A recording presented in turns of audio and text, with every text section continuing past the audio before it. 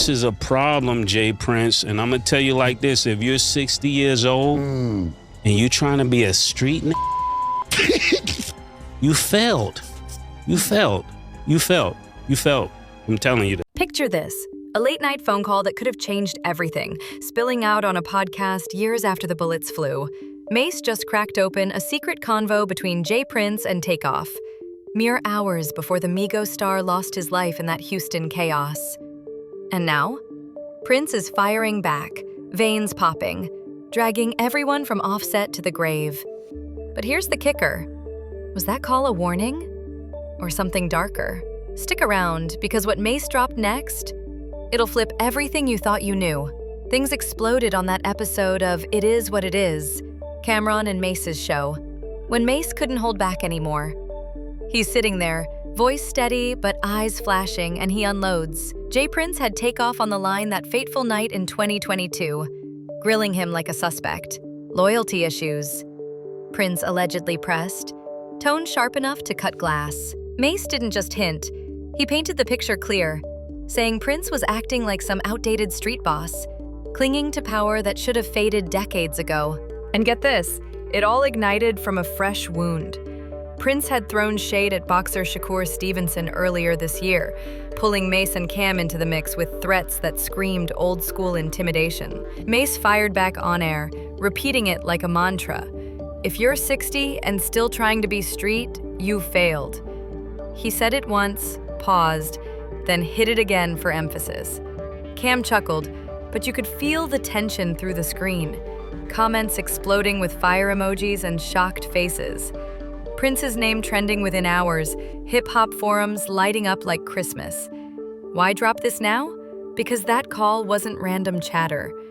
Mase claims he heard bits of it back then, and it's haunted him. It ties straight into the whispers around Takeoff's passing. How Prince's Mob Ties crew was knee-deep in the scene, offering protection that felt more like a trap. Fans are reeling, piecing together timelines, demanding answers. This isn't just tea, it's a grenade lobbed at Prince's empire, cracking the facade he's built for years. But to really get it, we gotta rewind. To the hours before everything went to hell. You know, Quavo, Takeoff, they was down here with y'all. But they seen you walking by, he's laying on the ground. You got Mike bending down, and they seen you walking by. What took place there? This the crazy thing about the video, right? Flashback to October 31st, 2022. Takeoff's in Houston, chilling with Quavo. No clue it's his last night. Then the phone rings. J Prince on the other end. According to Mase, it wasn't a friendly check-in. Prince dove straight into loyalty, questioning where Takeoff's head was at, like he owed some unspoken debt. His words hung heavy, Mase says, more command than conversation. Takeoff kept it cool, responses short and measured, but you could sense the unease creeping in. Mase swears there's a recording floating somewhere. He caught wind of it through mutuals back then. Prince allegedly pushed on ties to the streets, mob ties specifically, hinting at consequences if lines got crossed. It lasted maybe 10 minutes, but those words echoed. Takeoff brushed it off to friends later, laughing it away as old head talk. But think about it. Hours later, he's gone. Was it coincidence? Or did that pressure set the stage for what followed? The calls become this ghost in the machine, fueling theories that Prince's influence ran deeper than protection, maybe steering events from the shadows.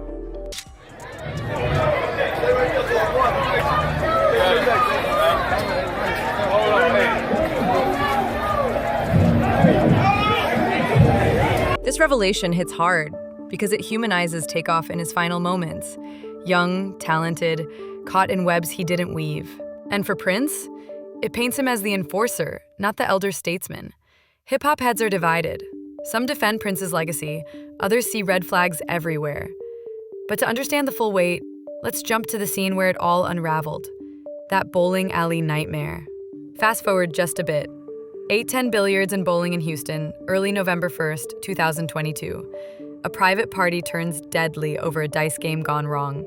Quavo's in the mix, arguing heatedly with J Prince Jr., words flying about money, respect, the usual. Takeoff's off to the side, not even involved. But when fists escalate to guns, he's caught in the spray. One bullet to the head, another to the torso. He was gone before help arrived. Quavo's screams piercing the night air as he cradled his nephew. And I'm gonna tell you another thing. When you're dealing with older people, they're the last to know that things have changed. We not your little like the way you talk it. I don't get what you mean. We're not your little like for real. Eyewitnesses whispered about the chaos. Prince Jr. at the center, allegedly starting the beef. Then there's DJ Pat, tied to mob ties, who got bailed out quick. $1 million cash, no questions. Rumors of erased footage swirled. Security cams conveniently glitching.